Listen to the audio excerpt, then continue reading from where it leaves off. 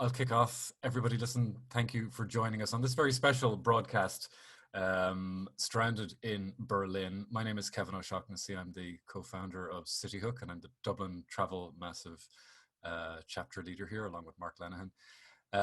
You might recognize my voice from the Travel Massive podcast, but that's enough about me. I'm based in Dublin today, and we've decided to bring together some of our chapter members that are based in Berlin at the moment, some people that haven't made it as far as Berlin, to talk in a special kind of forum about what this means, this coronavirus challenge means for the travel business today, how we're coping with it, what the reality of it is really on the ground from content creators, startups, and everybody we could gather onto this call, as well as how do we cope with it in the coming weeks and months. So this is an overall quite a positive call. We're not here to point fingers at anybody for cancelling anything. We're all in this reality together. We are where we are, and I'd really like to look at this topic from a couple of different perspectives. So what we've done today, thanks to Maria and the rest of the Travel Massive team, we've put together a few different speakers. We're going to cover it one by one, starting with the Travel Massive founder, Ian, coming in just a second. But what we're going to do is talk to a couple of different content creators and a couple of different speakers from around Berlin and around the world to just get their feeling on it. We'll start with Ian in just a moment. But so far, if you're listening on the live stream, just a couple of ground rules. Say what you want in chat. Maria will be going through to screen questions if you want to put it to our panelists. We'll be trying to find another voice. So we have about 6 people lined up to speak. We'll have one-on-one interviews with them. But if you have something to say, and it's really, really compelling, reach out. Ping Maria, tell us your story a little bit, and we'll try and get you on the air before we wrap up this video cast.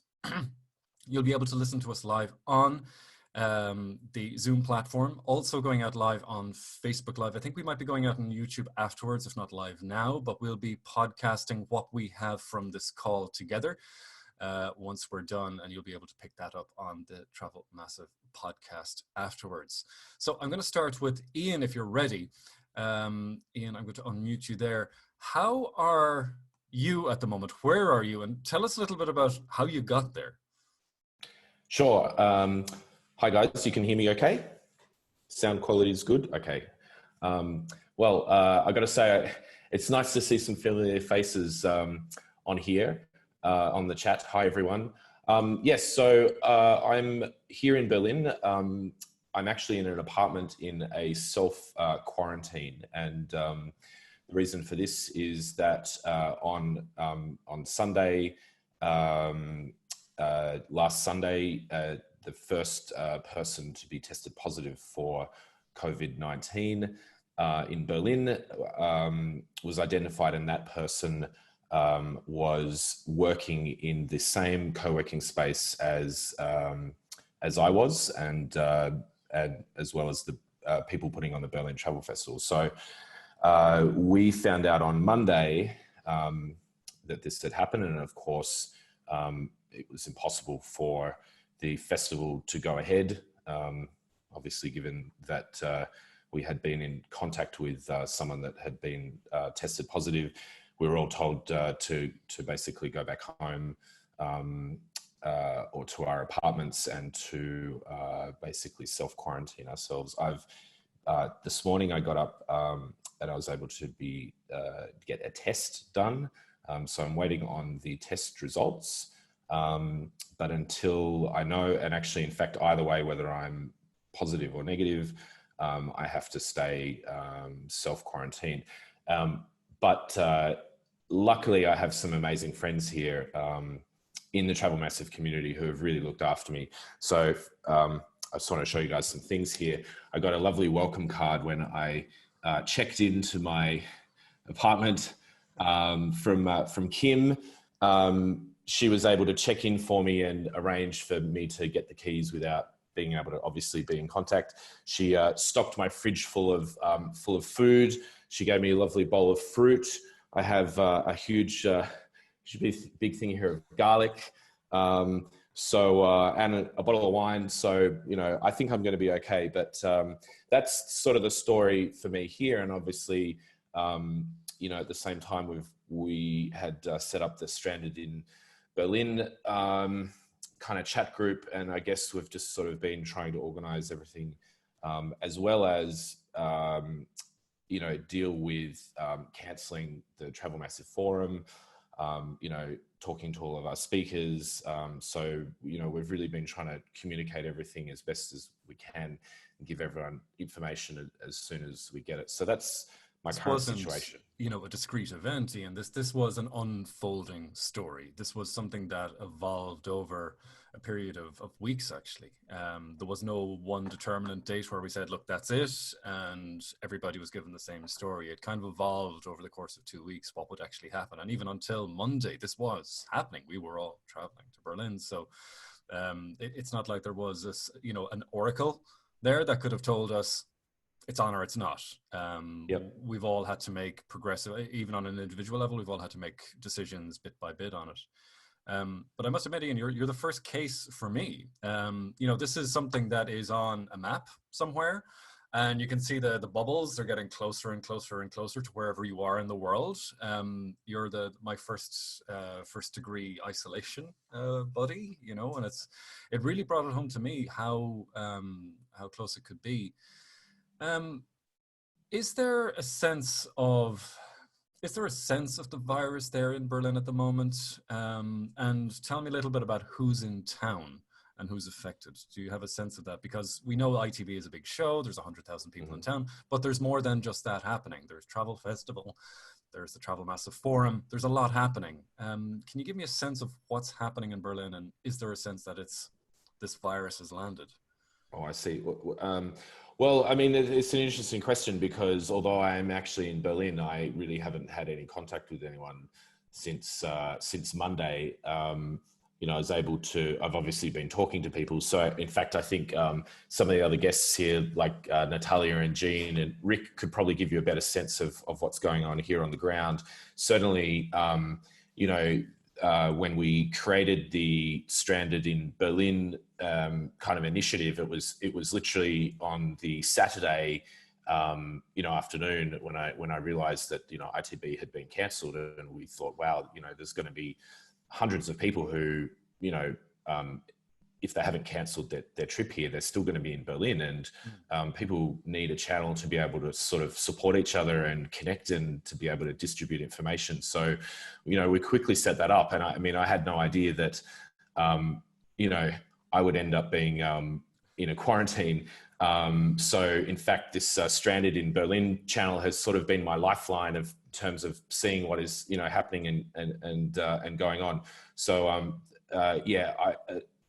in terms of walking down the street, for example, I had to walk to the quarantine to the what's called the Gesundheit, which is the health authority. I had to go and get tested, which is an interesting experience because I was told that I had to be at least 2 meters away from anyone else. I had to I don't have a cough or anything, so I'm not showing any sort of symptoms, but obviously to be careful. So it was such a weird feeling. A woman walked up to me to ask me some questions, and I had to run away from her, because of the rules. But so that's really been my own experience. It's a surreal experience, and I think for me, it's really only just sort of sinking in, and I'm processing it.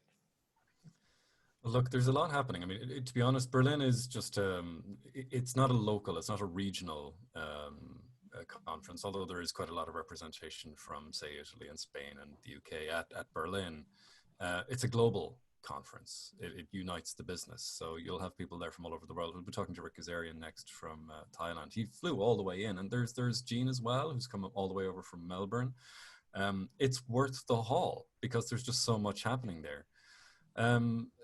Just before we go on, Ian, like your story is, of course, something that has me thinking, but what's the macro impact of what's happening here? Like the show is really just a symbol of the industry in one way. Some things are getting canceled, but that means that there are bookings getting canceled somewhere else. What's going to happen to the business over the next few months? Good question. I mean, from anecdotal information and from what what a lot of our members are telling us, that are that have customers that and running tours, that there's a huge number of cancellations. I keep kind of asking people how they're going, and actually that's one important thing which I think that we all need to do, is to ask each other how we're going. If you've got someone that that has a tour business or a startup or something and you haven't heard from them, just ping them and ask them, how they're doing, because I think just even that, are you okay, gives that person a chance to sort of, express how they're feeling. And I think there's an emotional part of this. This isn't really just about a trade show or a festival. This is the tourism industry, which is at stake here. And that's the most important thing. So I think, at this sort of macro level, we have to be prepared for disruption. I think it's not going to be forever lasting, but I think that we have to prepare for it. And it's certainly starting to impact people. Something I know I'll talk a little bit about to Chris in a moment. On a personal level, Ian, do you know how you're getting home? That's a fantastic question. I really don't know. I mean, I think that we are conditioned right now to having firm flight dates. That's the way airlines work. Well, that's true. I mean, I didn't actually have a firm flight date out of Berlin. I was just sort of going to hang out, and then, I was probably going to come and visit you, and have a beer or something, or come up to Glasgow and see Chris. But I think for me now, to be really kind of a bit more serious, I think I have to think about, do I go back to Australia? Because from here on in, any kind of travel that I do, my travel insurance is not going to cover me should I be hospitalized or, things are cancelled or whatever. So that's something I have to kind of weigh in. Wow. But then the question is, what might happen with certain travel restrictions and et cetera. So, I mean, as far as I'm concerned, I'm quarantined until the 14th of March. So if anyone's written me an email and they're waiting for me to reply, I'm definitely going to reply to you, because I don't have anything else to do. I'll make that decision much closer to the date. There's no point for me to try to hypothesize how I can get back to Australia now. I think all of a sudden things are more complicated, isn't it? Yeah. It's a lot more or if someone has a sailboat, then and they want to lend it to me, then I will get on that. I'll tell you what, if you're live streaming from that, Ian, I'll watch. That is one hell of a trip home. I think there's a Netflix miniseries in that as it is. I'm going to bring in Rick Gazarian, our chapter leader from Thailand, in just a second here. You're unmuted, Rick, and if you could switch on your video so the world can see just how handsome you are, we'll roll you in. But Rick is our chapter leader from Bangkok. He's a fellow Travel Massive podcaster. He has his own channel as well. You can find out more about Rick over on travelmassive.com. Global Gaz as well as on Twitter. Rick, you flew in from Bangkok to be in Berlin for the week. Can you give me a sense of what's happening from back home and what's happening to you in Berlin at the moment? Start maybe with the situation in Asia. Yeah, so Kevin, thank you. I am based in Bangkok, and to put things in perspective, give or take 70 million people live in Thailand. And we have had 47 cases of coronavirus, and unfortunately, one person did pass away. So statistically, I mean, Thailand is a relatively safe place to be. Taking that into consideration, a lot of events are starting to get canceled these days, like the Y Crew Muay Thai Festival just got canceled. All the full moon parties got canceled. A lot of bigger events are no longer on the calendar. In addition, news just got issued by the Thailand Authority of Tourism Authority of Thailand just an hour ago, and people coming from China, Macau, Hong Kong, Italy, and Iran will be subject to a 14-day mandatory quarantine when they arrive in Thailand. So everybody, this is not even turn them back at the border. You land, you're in quarantine. That's it. This is a press release that just came out under an hour ago. Wow. And Okay. this information is flip-flopping and changing frequently, as it is with many countries. So, of course, if you are en route to Thailand, double, triple check what the latest situation is. Absolutely. What we mightn't know straight away about the Chinese travel market is that their number one destination is Thailand. So the mobility of people naturally between the two markets is quite large. It's still, in a way, in spite of the tragedy there, it's still quite reassuring to see that it's so contained. Is the visa tool the way that they're managing the outbreak in Thailand? So are they shutting the border to keep out the virus?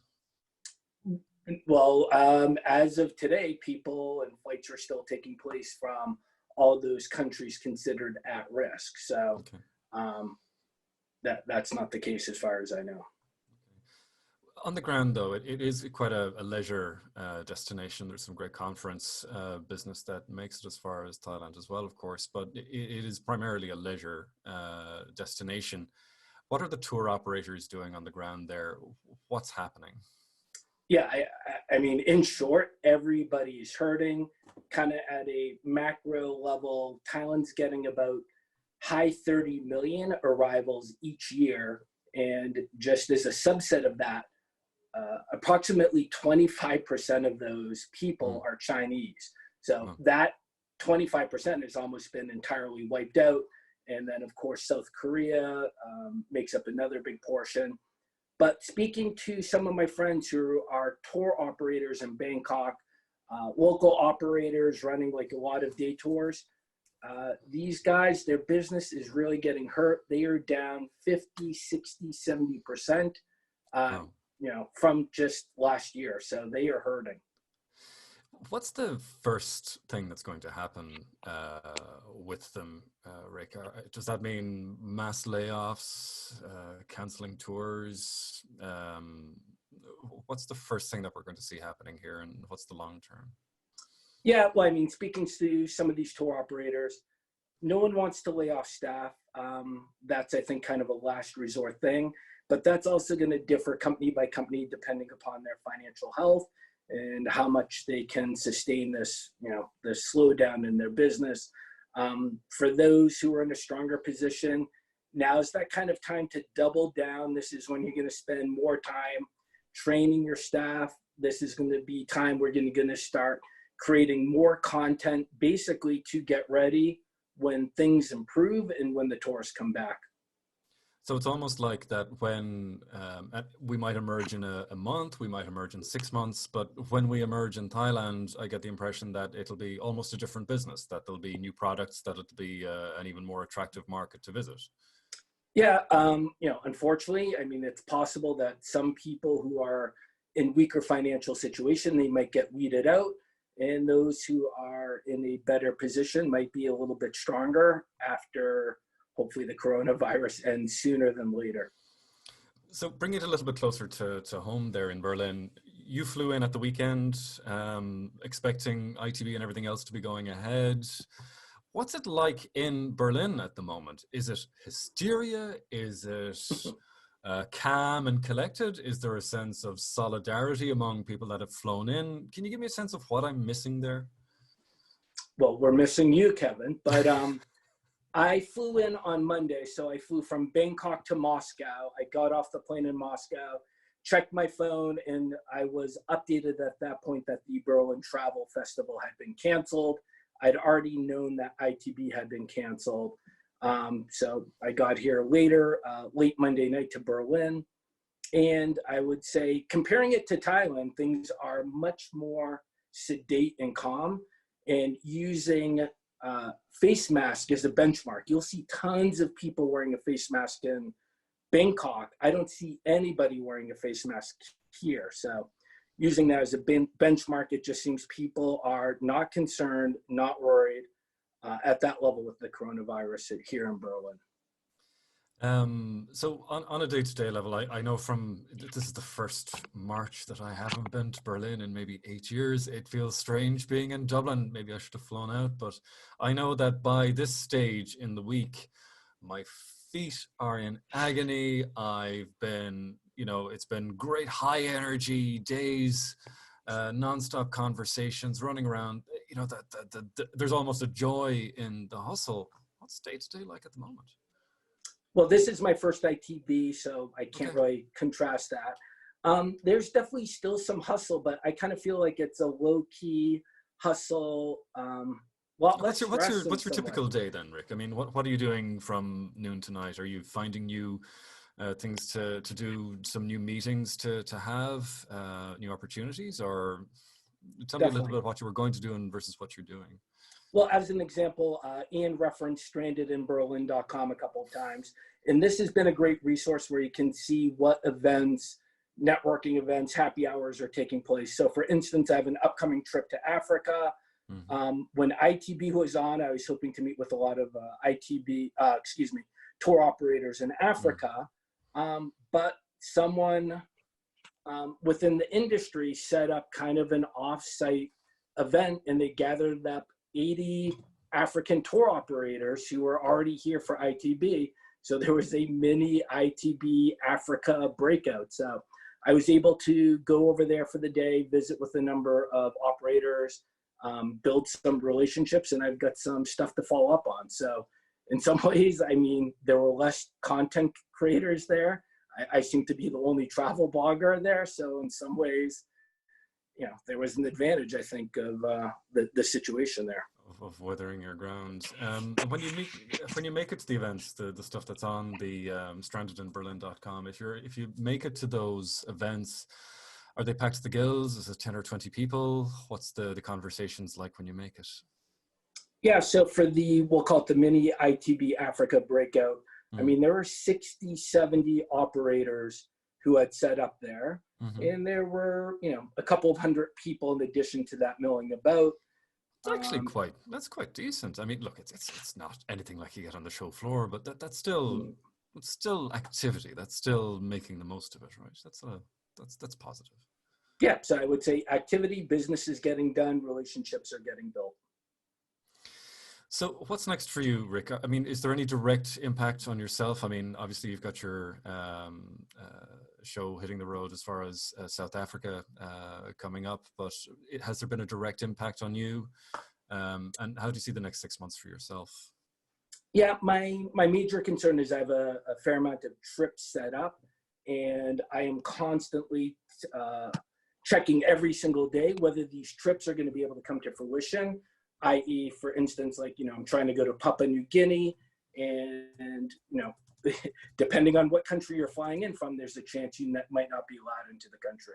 So I'm checking with the airlines and the regulations and the rules every day to seeing what trips I'm still are gonna come to fruition and which trips are gonna be canceled due to the outbreak. Well, Rick, we might come back to you in a minute for a little bit more commentary on Berlin. I want to switch over to another long haul traveler that made it as far as to Berlin there with you. Have you been able to spend some time with Jean Cheney, our chapter leader from Melbourne, while you're there? I'm sure she would say too much time with me, but yes, I've been hanging out with Jean. We're in the same hotel, so we've been sharing some subways and Ubers together over the last couple of days. So, Jean, thanks for joining us on this special broadcast. I have to introduce you as, of course, the chapter leader from Melbourne. There's a very obvious trip that you've made to get here. That's a 20-something, if you're flying expensive, 30-something, if you're not, hour trip on a plane to get there. Yeah. You're a blogger and content creator, so if there's a shrinkage in the travel business, there's a shrinkage in content creation almost. Can you tell me a little bit about what it's been like for you coming all this way and suddenly finding that the events are gone? It's really interesting. There's no other way to put it. It's interesting to see how people are adapting and how they're evolving from this. Like a lot of people, content creators that were coming here, I was already on my way here. and you get that notification to say ITB's cancelled. You're like, well, you know, we'll still come along. And then you hear that the Berlin Travel Festival's cancelled, the Travel Massive Forums Festival's cancelled, this is cancelled, that's cancelled. Things that aren't cancelled or refundable, airfares, hotels. So, yeah, we were still coming here no matter what. And a lot of other content creators are in the same boat, just still coming along because you're here anyway. And, you know, the cancellation fees for some things, especially some of the low cost carriers, are higher than what people have paid for their airfares. Wow. So in effect, you're almost stranded. If you think about it, you're either on the flight or you're you're kind of in a twist. So I would say, I don't know, Ian, if you have the slides to share, but I'll refer to something that Stefan Ekberg shared with us, or shared publicly on LinkedIn and Twitter earlier this week. You know, we've always had disruptions in the travel business, whether it was 9/11, SARS, MERS. There's always been challenges to travel as an industry, systemically. From an Australian perspective, though, you've already had one, and now this compounds onto it. You've had bushfires lighting up satellite photos. We've been just watching that in awe from afar here, and all of a sudden coronavirus on top of it. How's the situation down under? It's again, I'm just going to put it politely, it's really interesting. It's a really difficult, challenging time for content creators, tour operators within Australia. You know, first of all, you've got the bushfires that have stopped people traveling. One of the issues that we know with a lot of tour operators in Australia was that they're in areas that aren't affected by the bushfires, but people are still cancelling. People are still really worried about it. So that would have been the inbound business to Australia would have been cancelling because of the bushfires already? Inbound and even domestically. Okay, wow. So sort of like, Wow. you know, for us over Christmas and New Year, we're supposed to go different places domestically, couldn't actually get there because you go, I don't know when I get there what's going to be there, or if I'm just going to be turned around halfway. Road closures were happening, mass evacuations of tourist towns, especially along the beach, were sort of happening. So that was just, yeah, it's a massive hit to the tourism industry in Australia. A lot of people were really resilient. There's a few really great Instagram accounts that I'm going to drop here. One's called Shop With Them, and the other one is called Empty Esky. And these are both Instagram accounts that have just been created by people in the community to encourage people to travel domestically and also show inbound tourism, when we had it, that there are all these amazing areas in Australia that are not affected by the bushfires, or areas that were affected by the bushfires that are now open for business again. So it's really encouraging people, like, you know, literally to get your esky. And if you don't want an esky, New Zealanders would call it a chili bin. I think Americans call it a cooler. Okay. Sorry, Kevin, I'm not sure what the Irish call an esky. We would probably call it an ice box. It's a little Yes. plastic refrigerating thing that you can carry your beer into the heat of the desert and keep it cool. That's the way Yes, to look at in it. all of that Irish desert out there. So the Australian tourism industry and the Australian communities really come together post the bushfires to get people to travel more domestically, you know, to book out the hotels. For instance, if you want to go to Kangaroo Island, which was affected by the bushfires, there's really cheap, I think it's boat fares I saw for about $15 Australian, so like $10 US, €10. Wow. You know, so the industries come together. Content creators and even like the small tourism boards have also come together and are creating amazing content around staycations, going to areas that have been affected by the bushfires. So that's like on a positive outlook of how things are going in Australia. The impact on travel inbound with coronavirus, you know, like a lot of places in the area, Australia tourism heavily relies on Chinese tourism, and that's just not happening at the moment. But we are seeing a lot more spend of domestic tourism because we've already gone through the bushfires, we've already got the content, it's out there. So people are thinking more about spending money locally, supporting small businesses, small tour operators, rather than like the big hotel chains and stuff like that. Before we came on, I want to talk about T-Bex as well, because you mentioned it, but you were saying that, you know, digitally, traffic is down, and also, so that means that the ideation gesture for people The instinct to search for hopefully your content is down. So people are just the overall inspiration spaces shrank as well. That seems to be evaporating. But you were saying that the Google algorithms were a little bit slow to keep up.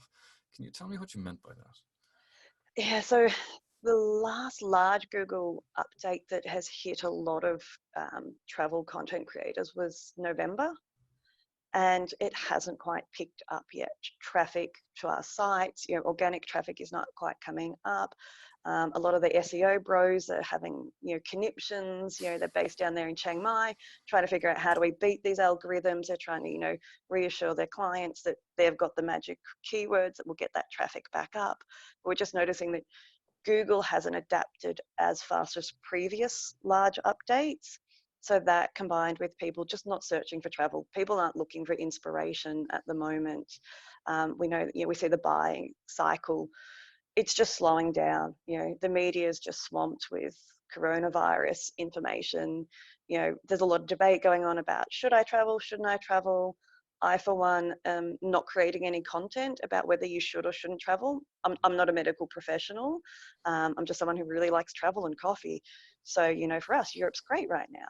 But for other people, I just see a lot of mismanagement and miscommunication coming out from content creators who are trying to beat the Google algorithms by creating SEO-friendly content about coronavirus, about staying safe. My concern with that is just like, if you're not a medical professional, really, what the fuck are you doing? I'm sorry, swearing, Australian. Okay. Yeah. We'll edit that out in the podcast, Jean. We're all right. TBEX is cancelled. That was based to be held in Sicily for Europe this year. That's a shock. When is that happening? It was early April usually, isn't it? No, it was supposed to happen this weekend. This weekend. So again, a lot of content creators are heading down there if they can. The local operators and sponsors that are still down there are saying if you are in the area in Sicily and you're turning up, they're still going to run the pre-TBEX trips, and they're also doing some amendments to some of the post-TBEX famil trips. So they're still trying to make the best out of what's not a great situation.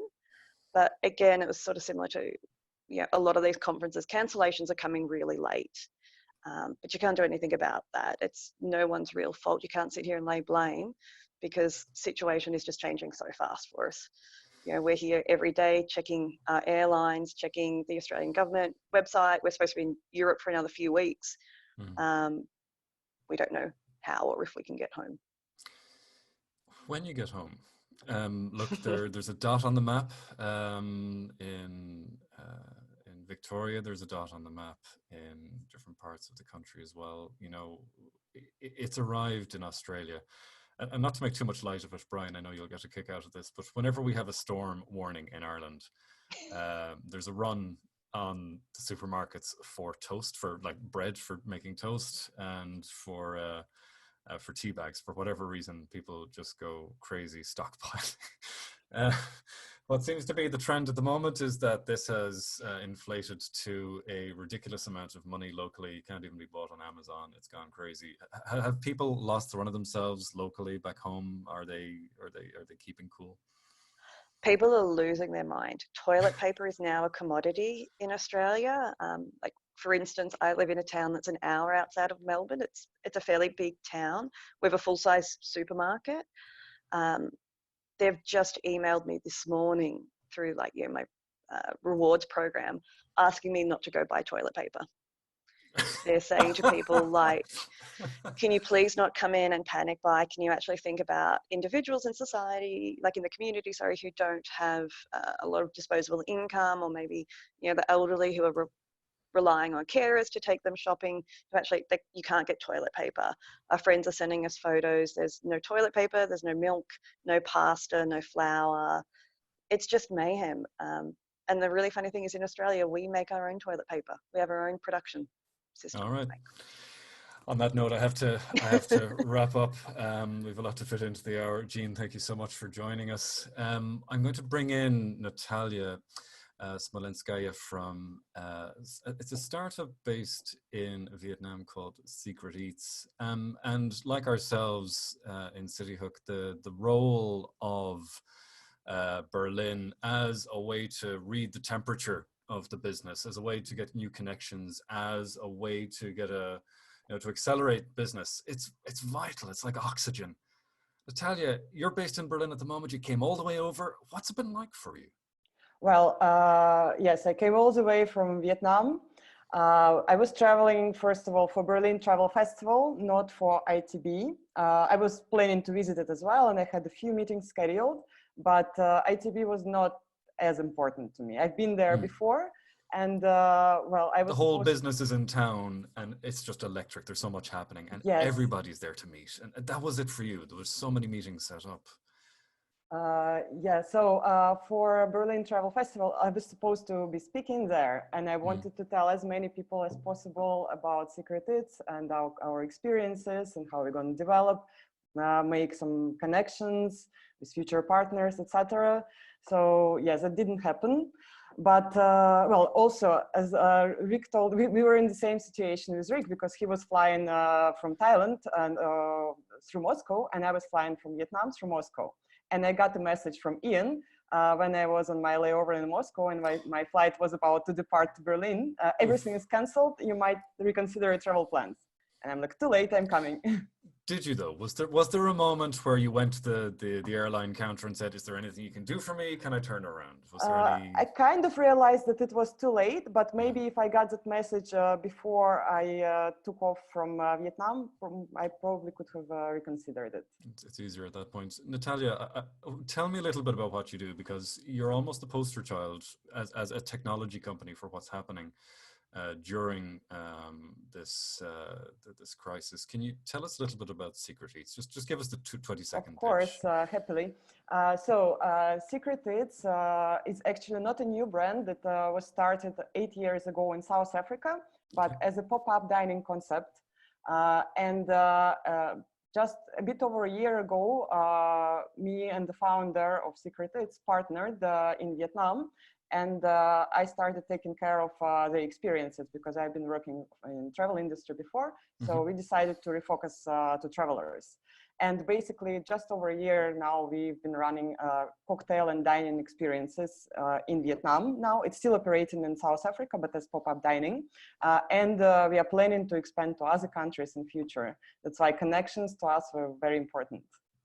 A lot of your business would have been inbound tourism, whether it's in South Africa or in Vietnam. So your driver was inbound, in a way, it was inbound flights. Yes. So if the numbers landing go down, your revenue goes down. That's a direct impact. How are you going to get through this? And is there alternatives for you at the moment? And then how do you see the future? Well, first of all, that might be a good thing that we are new in running the experiences because we don't have much revenue yet. So we don't have much to lose. And we are still developing. And anyway, as long as we stay positive and as long as we focus on business development, on strategy, on new partnerships, that's fine for us. So, because if we grow too fast and if we get too many bookings very soon, it will distract us from the business development. So actually, it's not a bad situation for us. So it's not too bad. How long do you see it lasting in Vietnam? What's your assessment of this impact at the moment? Well, I've been talking to a few colleagues from different travel companies and DMCs, and they predicted the effect to last until the end of the year, because lots of people planning their holidays in advance, especially with DMCs, their clients booking holidays very much in advance. For us, not, but well, it might last for a while. How is the impact on the ground in Vietnam? You were talking a little bit about the visa restrictions, and I know I put the question to Rick as well. The visa restrictions are a way to control the outbreak in a way, because if you're not letting anybody in, if you restrict mobility, people won't meet one another. You won't come in contact within those 2 meters to 6 feet of somebody that may be carrying. What's that like in reality for you guys?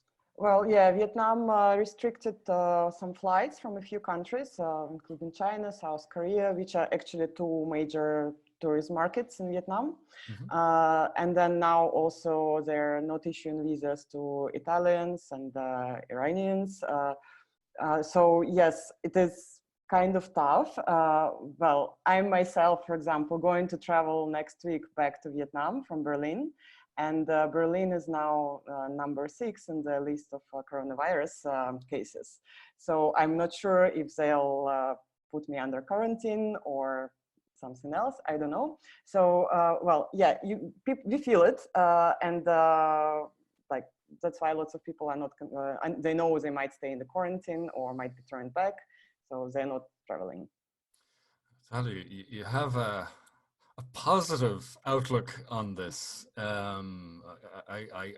admire the energy. But do you feel like you're going to end up before you fly? Is there a worry that you won't fly, number one, but then before you set out, are you kind of canceling your next 2 weeks just in case you're in an apartment somewhere without internet? What are you going to do? Well, it will be an interesting experience. I'll see, because yeah, my flight is next Wednesday. I'll take a look on what's happening in Vietnam on Wednesday morning before flying. If Germany is one of the countries which will have to go under the quarantine. And well, if I have to go in the quarantine, I'm sure I'll be fine with that. Anyway, we are not busy at the moment with bookings, so that's okay. I'll have something else to do for 2 weeks. Very good. While we have you, and just before we sign off, you're our last speaker who's currently in Berlin. What does it feel like in Berlin at the moment? Are people, like Rick said, walking around without the masks on? Does it feel like there's something going wrong? And then, are you kept busy? Are you in enough meetings to make the trip worthwhile for you? Yeah, well, it feels totally fine. No one is wearing masks. I only saw probably a few tourists wearing masks yesterday. I was told by a local friend, though, that locals started using public transport less than normal, and they use cars more often. That's why there is more traffic now. Wow. But I personally did notice this because I don't live here. But yeah, I did notice that public transport was not busy. Yeah, until she told me that, I didn't realize that. Well, I've been busy. I was surprised actually, because again, thanks to the Stranded in Berlin community, there have been a lot of events happening.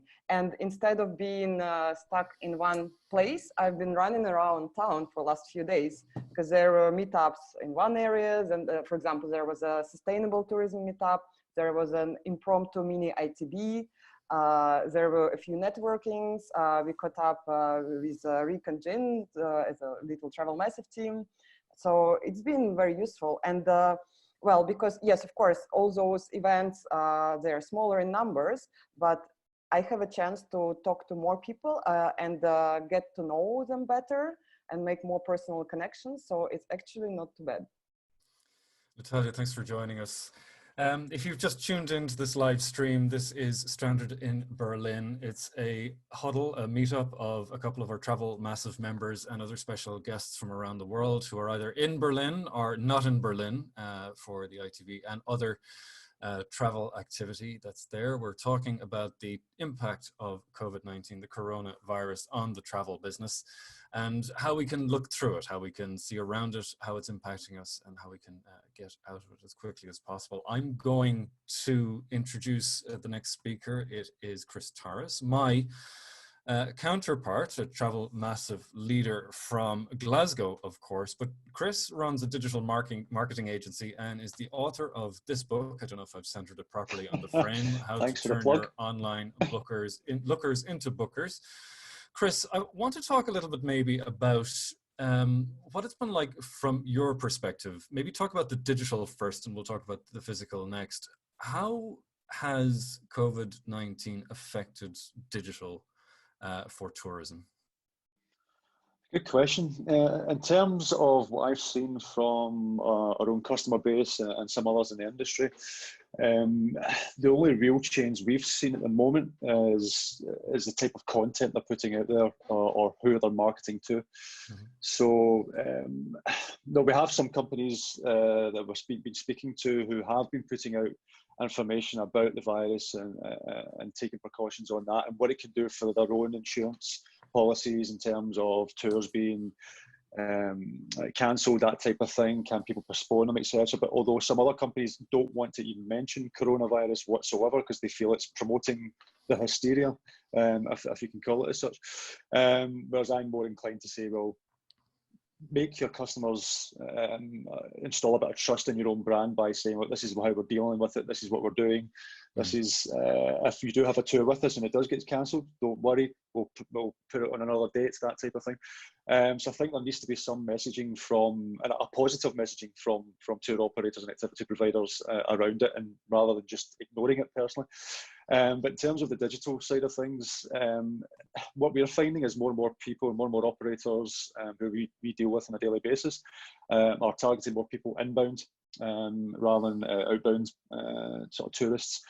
More and more people are choosing not to fly out or book in advance because of the virus. And we mentioned this earlier as well before we came on there, is what I'm finding is people aren't, or tourists aren't booking to go to destinations purely for the fear of the virus. That's not the main issue.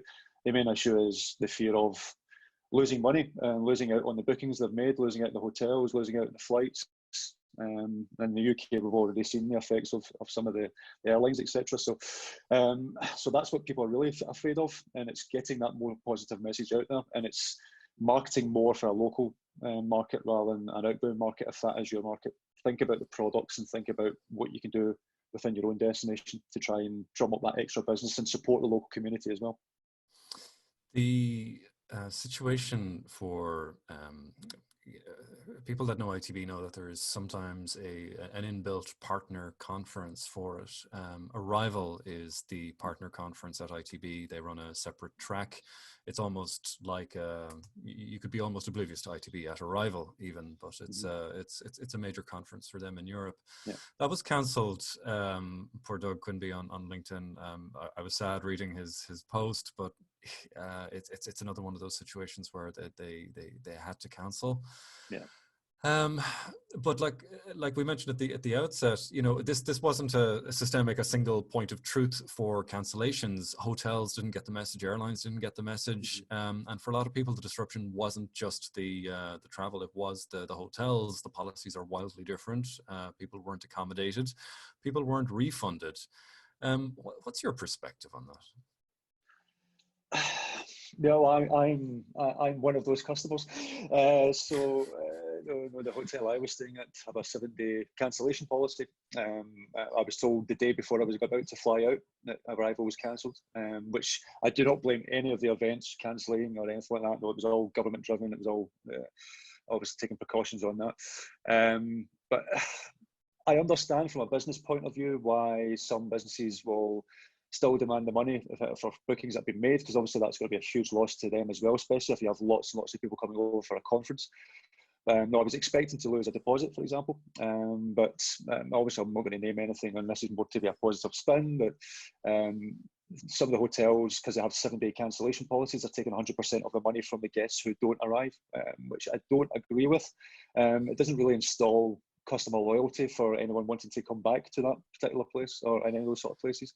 Look, so I think there needs to be some sort of I think there needs to be some sort of more positive spin on it in terms of that side of things to make the industry better as a whole, and to install trust in the customers as well again.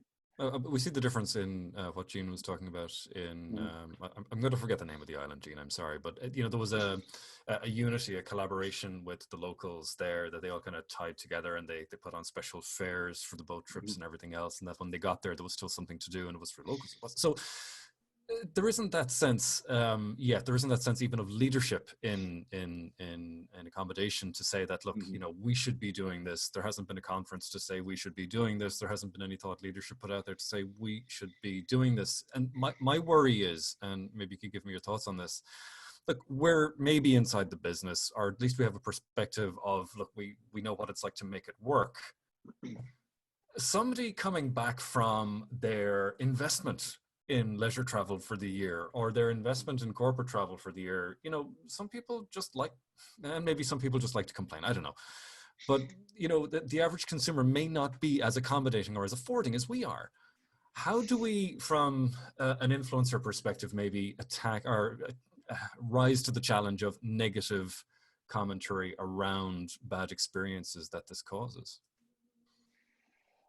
It is a hard one. No, if a customer has that type of experience, no, they are going to shit about it. No, as everyone here knows, more people and tourists and customers are more likely to leave a negative review rather than a positive one, and that's just the nature. That's just human nature.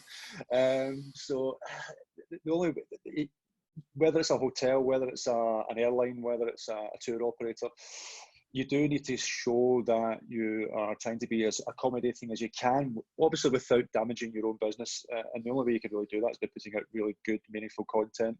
How you're going to promote that online, whether it's through Facebook or your website or anything like that.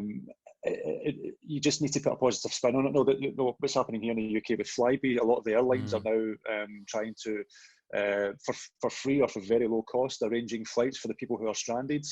Anyone who was working on that airline are getting free flights on other airlines. No, they are doing the right things. So hotels, accommodations, or any other business should be doing a sort of similar thing if they can, to try and say, okay, this is what's happened in the industry. This virus is going to last for the rest of the year. No, there's no two ways about it. We're going to feel the effects for this for the rest of the year.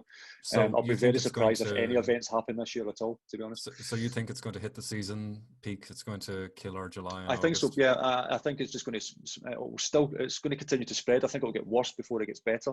So the only way you're going to sort of get around that is to try and put more of a positive spin on what you can do digitally. So I know Ian's raising his hand up. So digital is the means of communication, of course, getting the right content out there. But of course, it's maybe a time to go back to the whiteboard to think about what we're going to do in the meantime. It's we're in this for 6 months from the sound of things. Exactly. And think of what opportunities you can create for your business in the meantime. Well, let's say to target the local market, market to them, see what you can do, create new products, even if it's something completely removed from what you normally do. If you want your business to survive, if you are at that stage where you think things might not go too well, you have to adapt. It's the tourism industry is all about adapting to whatever challenges are thrown to you, and if you don't adapt, you're not going to survive. So adapt and you'll thrive. So Chris, I think that if we were talking under any other context other than the COVID-19 outbreak, that is still absolutely valid advice. You always have to adapt and travel, because either you're doing something right and somebody's about to copy you, or you're doing something wrong and you're about to go extinct. I think, some of the MBA style guys will call it innovation. It's just the reality of the business. You're constantly adapting. And I think that the digital channel gives us the first line of defense against at least the brand deterioration. And I think there's something that we could learn from that. Chris, I'm going to thank you for joining us and move on to my next guest on the panel today. Brian Marinan is another fellow Irishman. He's not in the same place as me. He's in a different office, but he's joining us after coming from Berlin. You've been there for the week, Brian. I'm going to introduce you as a venture capitalist of sorts. You're an early stage startup support. You run an incubator called Propeller in Shannon here in Ireland. Do you want to talk just in 20 seconds about what you do and what you were hoping to achieve while you were in Berlin? Sure, Kevin, good to see you. So Berlin for us is always an opportunity to actually meet interesting people. I mean, that's the key to it. It's trying to get as many of those kind of energetic conversations where you talk about exciting new things that are happening, and then focus on new startups that could potentially be the next startup to disrupt the industry. So that's what it's always about for us. I'm like you, I come away from the weekend both exhausted but also energized, and really understanding, the fantastic people that are in this space. And obviously that's taken a little bit of a hit this week. I think it's really important to us that we remember that this is temporary, that we've been through these before, and we will come out the other side. And it's about those behaviors that we want to encourage in the meantime now. But we are going to go through pain for the next several months. You're in the business of risk, Brian, and your stats will be different, but in general, most investments fail. that's how we have to look at businesses.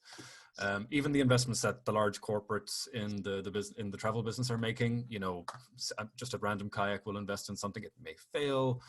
We mightn't hear about it. Google are very public about what they are sunsetting, what they're switching off. The Trips app was one just recently, but you're in the business of risk. And when you're talking to a startup founder, whether it's by chance or at an event, how do you read their business model, given that there's going to be something like this or the next outbreak or the next disruption to the business coming around the corner? How do you filter, or how do you read for risk? Constantly. So I guess from our perspective, startups, you're right? The vast majority of startups fail. And we're in a position where we're looking for, yes, an idea that's interesting, but ideas often change over the course of a journey. More often to us, it's the market opportunity and the team that's behind it. So you're always looking at what are the people like in the team, how interesting they are, their kind of knowledge and experience, and then how resilient they are in terms of how they're going to deal with these challenges, because this is just one that a startup will face. I'm certain that startups are going to go out of business because of this, and part of that is because startups don't have a huge amount of cash. They can't wait those few months, the 6 months that other larger organizations can take the hit on. They just don't have that amount of cash and will have to go out of business. But there are others that will adapt and change, and this creates interesting new opportunities for lots of different startups as well. We actually talked to an Italian startup this morning that was about to launch at the Fashion Week in Milan. That's obviously not going to go ahead. But once we actually did a little bit of brainstorming, there's really interesting opportunities for them to do something quite viral and create a different kind of splash. Media, when they're talking about everything that's horrible about coronavirus at the moment, really want to hear a good news story as well. And if you can come up with a novel way of approaching that, that's going to create a huge advantage and get you publicity that you would not be able to get in a normal market environment when you're just yet another startup out there. So I'd be encouraging people to really look at this in a new way. We're seeing interesting companies coming through that could really take advantage of this. There's an Irish company that you and I are very aware of, Mana, who are doing drone food delivery. I mean, this is the perfect opportunity for them to come out with a press release around how you don't have to touch anyone to get your food. And they're actually launching this month in one of the university campuses in Ireland, where they're delivering Ben & Jerry's ice cream to students as if they need more. Back in my days anyway. And then we're seeing interesting companies that could take advantage, like Set2, which is an insurance company that allows you to create really adaptive insurance products. We've seen the insurance companies' share prices increase quite a bit. Zoom added 2 million. We're on them at the moment. They added 2 million customers over the course of the last month. Their share price has gone up by 40%. It's the biggest jump since they went public last April. So companies like that can take advantage. And then people who are looking at travel in a slightly different way, road trippers, road.travel, those kind of companies. Would people be more amenable to a road trip where they're just in a car with their loved ones and then stopping off in places? Can people like Airbnb take more advantage of this over hotels? Would people be more comfortable staying in kind of their own space as opposed to a big community environment like a hotel? So there's lots of different opportunities there that could come out of this. And I think it's just how people look at this and the resilience in terms of finding those opportunities rather than thinking everything's going to die. And actually, if everything's going to die and it's that bad, we may as well travel and see the world while it does. Talking a little bit about best reason in the world to travel, we're all doomed. So that's maybe the leisure aspect of it. Brian, this is going to, Zoom shares going up are really just an indication that, look, meetings just have to happen. There's something magical that happens on the shop floor. Like, we all come for the big spiel and the event itself, but really there's a magical connection between two people that you can only get by being in the room. There's a serendipity element. There's the random conversation around the meeting. that'll let something out and help you do better business. But thinking about the corporate market, what's your view on that? Are people going to survive? So is the corporate market going to survive? Like the big four, are they going to see a downturn? How do you read it? Yeah, no, I think we're definitely going to see a hit there. It's going to impact on travel companies. There's companies like Nestle, which is like 300,000 people who've said all corporate travel is now gone. Same with Amazon. They're just stopping it for this period of time. We're seeing internal corporate conferences for Google, Xerox, United, Amazon. All of these people who would have major internal events have just said, actually, we're not doing it this year. And so those kind of things are certainly going to take a hit. I mean, when we talk about how we engage at conferences, when I say I like to meet people, the key thing behind that is I like to have interesting conversations with people. I like to broaden my thinking. And if you're not going to events, you're not going to get that in the same way. You don't build trust with people.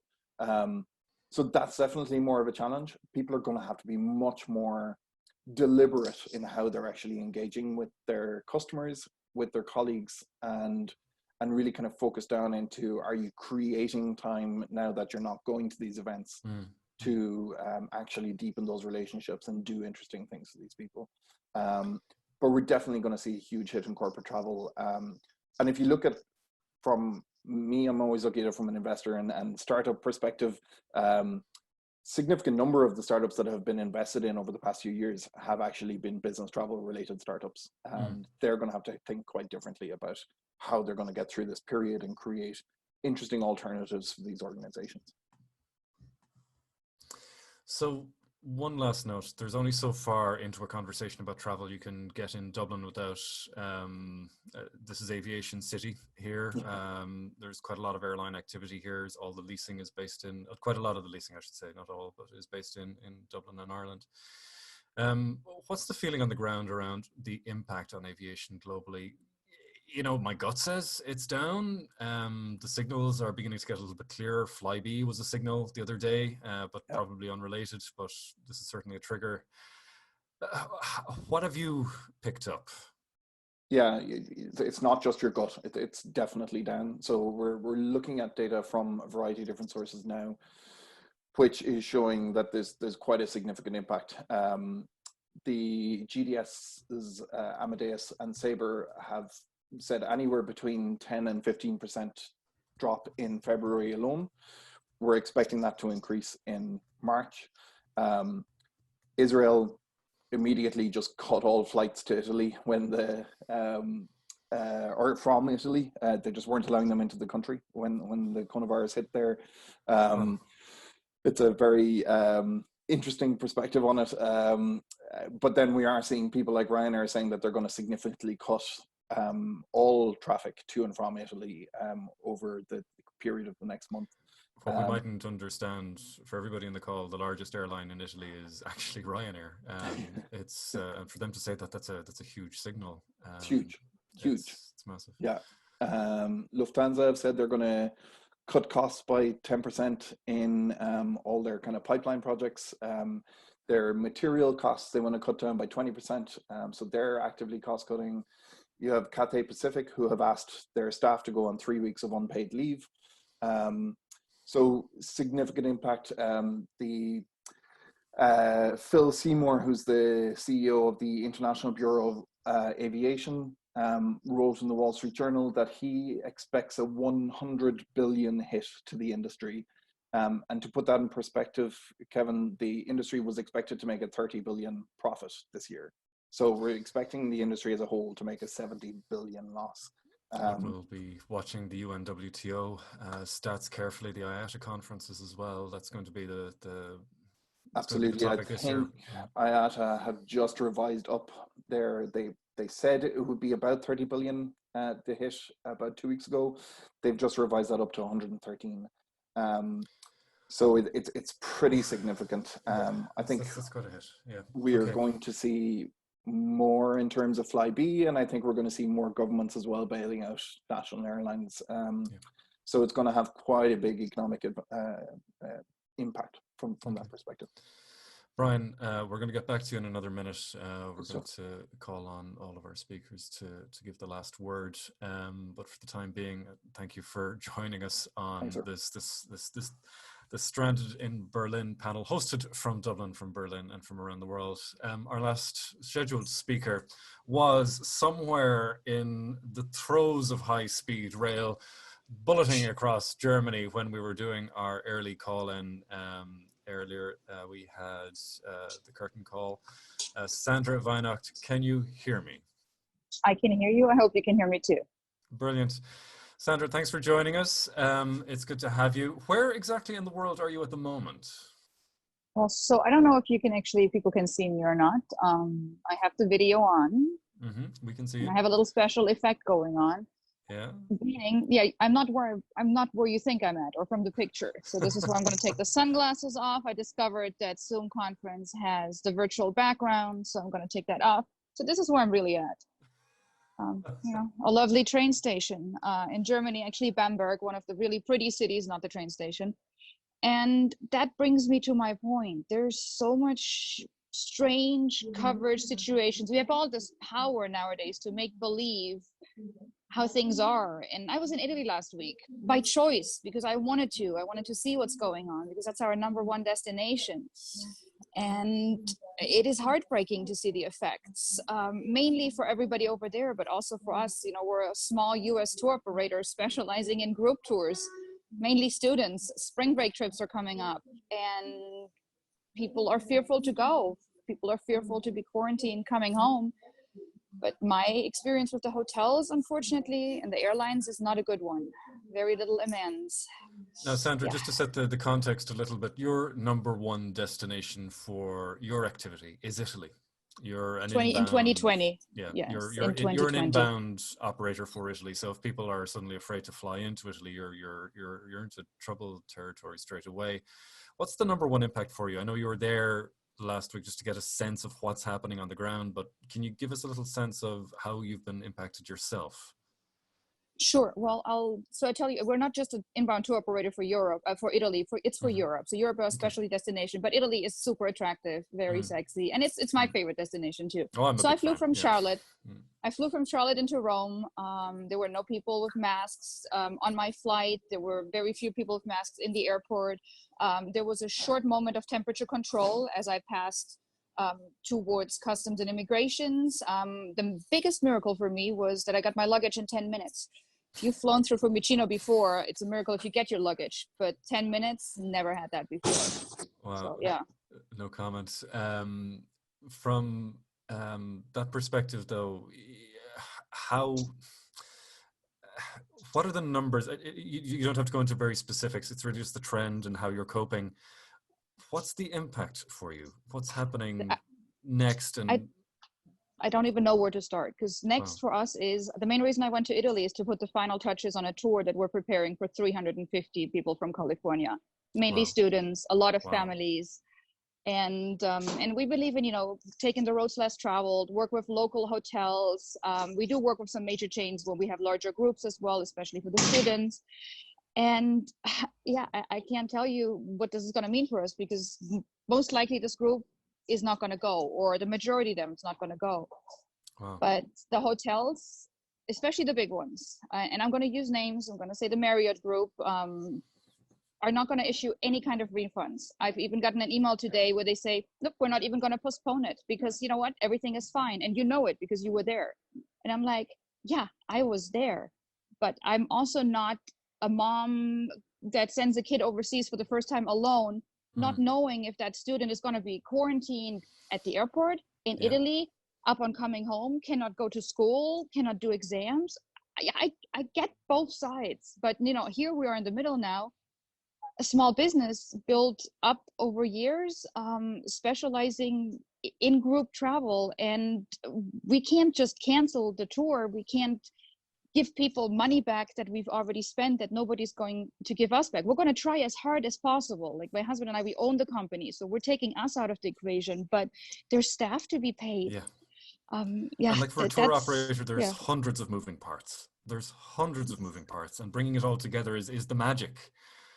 if some We parts try. of that start to fail, or if there's a negative consequence, the fallout can be quite serious. I mean, it could be that in a year's time, we're all having a conversation about the role of the, every country has a different one, the ATOL guarantee, the ATOL, whatever guarantees on our travel agencies and tour operators. The premiums could skyrocket for travel agencies. And we're already in a high risk, working with students who are in a high risk bracket for our errors and omissions, for everything. And, travel insurance, we tell everybody to get travel insurance, but so far, until there's a real complete ban to go, none of that helps. There's right now, there's really nobody that can help our travelers if they decide not to go, to recoup their investment. We have families of 6, of 8 going on this trip.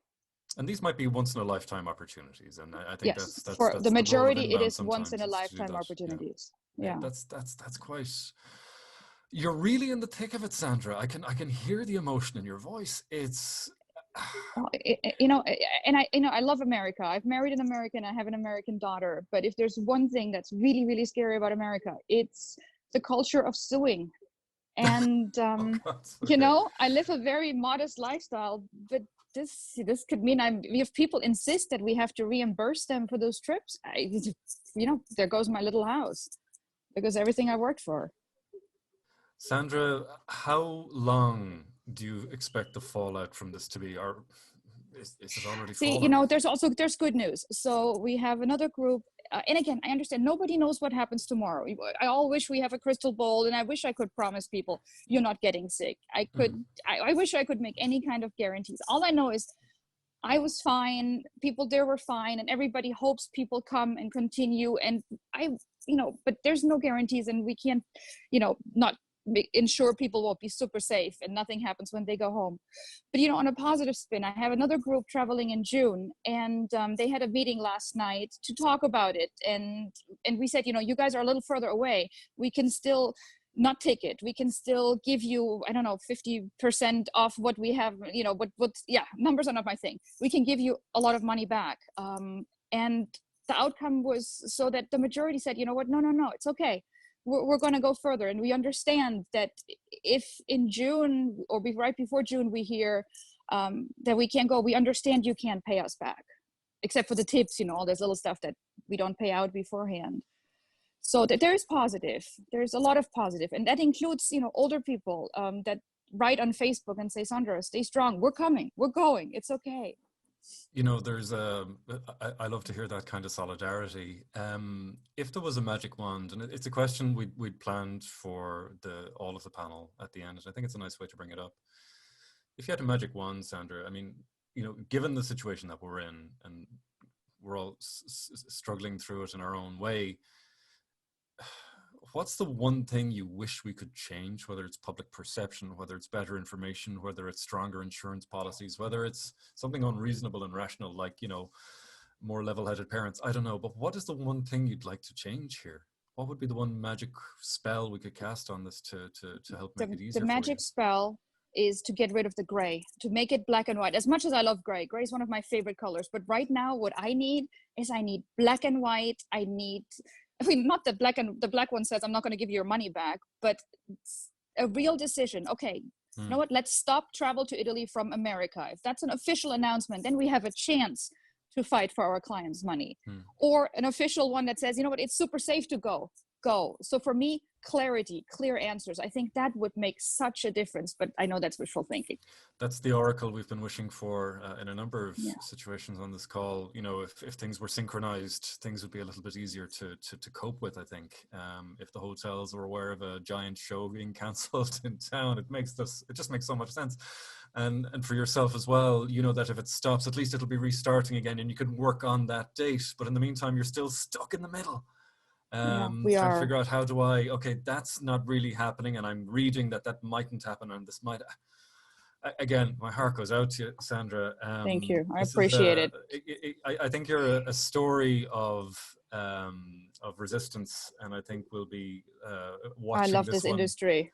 I love this job. I love my clients, and I love for them to keep going and be safe.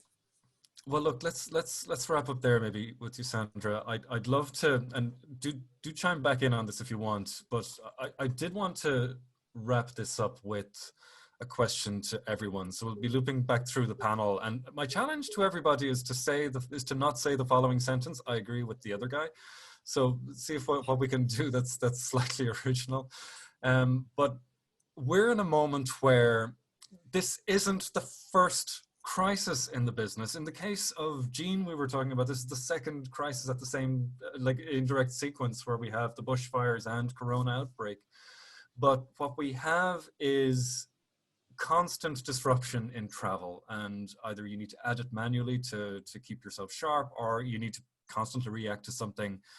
9/11, SARS, MERS, there's so much that constantly hits us. It's a time where it's worth reaching out to anybody, whether it's you're in an accountancy practice, reach out to your friend in the travel business, see if there's something that we can do. But if there was one thing that we could ask everybody at the end, it's what could we do as a business together to support one another? And for no other reason than you're first in my list, Brian, maybe we could start with you. What's the one thing that we could do as a business to support one another? Okay, so I think there needs to be unity around anything that can help to slash costs. So anything that we can do to actually bring down those typical things that hit us in the meantime. And I think if we do that hotel by hotel or company by company, that's going to be a big challenge. I think if we come together on that, then we have a much better chance of those things actually happening. IATA showed it recently when they talked about airline slots, for example, where if you don't fill a certain amount, you lose your airline slot, and they're trying to stop that from happening for this year because of so to pause on the usual commercial conversations that we're having, work towards a common position and get the costs down. Yeah, and then support yourselves in being creative around developing new things, exciting tourists in different ways. Focus on a different segment of tourism where you can actually collaborate and create new experiences that are really exciting. Natalya, what's your feeling at this stage? How can we support one another? Well, I think we should all, as travel industry professionals, we should all stay positive. We should not create panic ourselves because our customers, they are already panicking. And if us who organize their trips and take care of them are also in panic, that only makes it worse. So I think, well, if we need support from each other, we can always talk. It's good to have meetings and get together, but we should not panic ourselves. We should not panic one another. For yourself, Jean, having also come all the way over to Berlin to join the festivals upon festivals in town, seeing what you've seen, how can we help one another? Certainly from the content creator point of view, it's time to collaborate and support one another. It's time to be reading your fellow content creators' works, sharing it with your audience. You know, I like to say, don't be a dick. Like, stop trying to charge one another for these things. Literally, like, I've got a thread on my Facebook page at the moment where I'm regularly sharing other people's content. You know, just saying to them like, hey, get off, you know, the newspapers. I don't want to name any of the bad ones in case I insult more people today. You know, stop reading all the negativity, actually read, you know, some fun things, some really positive things. And for those of us that are, you know, stuck in places, it's really time to diversify your income streams. It's a great time to upskill at the moment if you can't travel. You know, certainly for people who cancelled coming to ITB or they've cancelled their TBEX tickets, you've now got a week free. Like, you can sit around, I say you get half a day to sulk, and then the rest of the time it's like, put your big girl undies on and let's start getting things moving again. As the expression goes, never waste a crisis, I think. Rick, I'm going to bring you in. What are your thoughts on this? How can we help one another? Yeah, well, one thing I think is we should all be looking for facts, not rumors, not innuendos. So let's look at the facts and trusted sources of information and not panic when we should not be panicking. And just to, I think, echo some of the previous comments, whether it's actually support emotionally or with great information or great resources or great advice, go out to your networks of your peers, go out there, support them, again, emotionally or with advice and tips and advice to how they can improve their business or stay above ground during this time period. I'm going to loop around. There's a couple of questions that Maria sent me here during the call. We'll try and get to them towards the end. For now, I'm just going to stick with this topic. Second to last, Chris.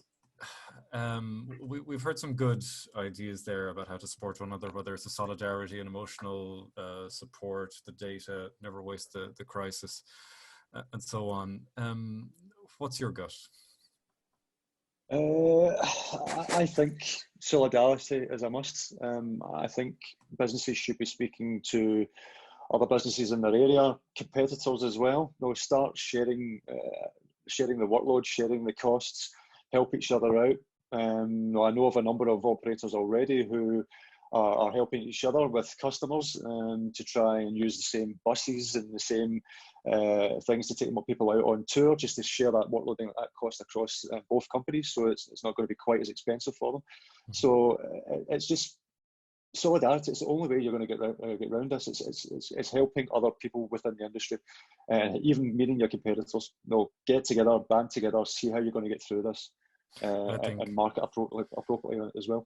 And just to, I know there are a lot of chapter leaders on the call, yourself included, Chris. I think the Travel Massive meetups are one of the better ways to connect and to do that. They're not very high ceremony events. Mm-hmm. They're regular and frequent. There's something on in every city, generally in the world, including Dublin, Glasgow with yourself, Melbourne with Jean, and Bangkok with Rick. And I know I'm going to miss Hoi An, of course, for Natalya. But there is a way to express, to assert that solidarity to one another. Sandra, how do you feel about this? I know I springboarded off that topic with yourself to bring it up, but I described it as the magic wand. But what would you do? What would you like to see in the business as overall that we could do to help one another out? So, from coming from, in America, a small business is still like a medium. It's not a mom and pop shop. It's, a legitimate business with employees and everything like that. However, what I think is missing in our world is the support from the big ones to the small ones to the little ones. You know how on Shark Tank they say, I'm going to crush you like the cockroaches that you are. Unfortunately, that's kind of like what's happening. And we're getting information where, this tour company is going to refund everything but $600. Yeah, that tour company also is not going to pay their staff on the ground. They haven't ticketed yet, and they're not going to pay the hotels until the tour is over. And in this case, they're not going to pay them at all. So for me, what I would love to see is that we all can at least be nice and civil to each other in the situation, and not like, yay, now we got a chance to take your clients for the future. Yeah, that sucks. I mean, that is just, there's the market. We want people to travel. There's so many travelers out there in this world, and every single company gives something unique. So let them be. I think you've raised an important point there. There is going to be a little bit of that, and I think we should be on the lookout for opportunists. And, we mightn't be able to stop them, but I say we should at least make them very visible when we think they're doing something that's a little bit underhanded. Ian, I want to loop you back in at the end. Maria, if you don't mind, there's been a couple of great questions here. I'm just going to read them out. I won't get to them though, because what I'd love to do is to start a journey of discussion around how we're coping with the virus on today's broadcast, and whether it's myself or Rick or somebody else doing next week's. I'd love to bring up these questions on a future episode. The two that kind of stood out for Maria and the team, one was from Alex Bainbridge. And I think it was very witty, Alex. I can hear you saying it when I read it. Who's going to give permission to restart travel? I love it because it really summarizes everything there. I think that's worthy of a 10-minute conversation with yourself next week, because I'd love to get your own. I know we've been nagging you to join us this week, but I'd love to get perspective from yourself and somebody else and give that some proper time. I can't fit that in at the end. It's too good a question. Another one was, and I don't like the question, but I love the answer. The question is, what do we think about over-tourism and the impact from the virus? It seems like one thing, it seems to have cured the other. And I find that that's a very interesting question, to be answered. I don't like the question, but I think the answer is going to be interesting. So the topic from ITB last year was around sustainability and how we can solve over tourism. Maybe we'll bring that up on a future episode of a panel like this. And I'd love to get everybody's feedback after today. Once you've heard the podcast, once you've seen it on YouTube, fire in a couple of comments to Maria or to the team here at Travel Massive, and they'll come back to us. We're all very tight-knit. We'll hear what you have to say. So just, I'm going to bring in Ian so we can wrap up. Ian, you're still in quarantine, of course. You're in Berlin. I want to mention, of course, that there is a Stranded in Berlin on party tonight, but I wanted to leave you the last word. It was your idea to say, let's reach out to a friend in the business. What can we do for the following week? What should be our priorities? Gosh, you've put me on the spot now. Let me think.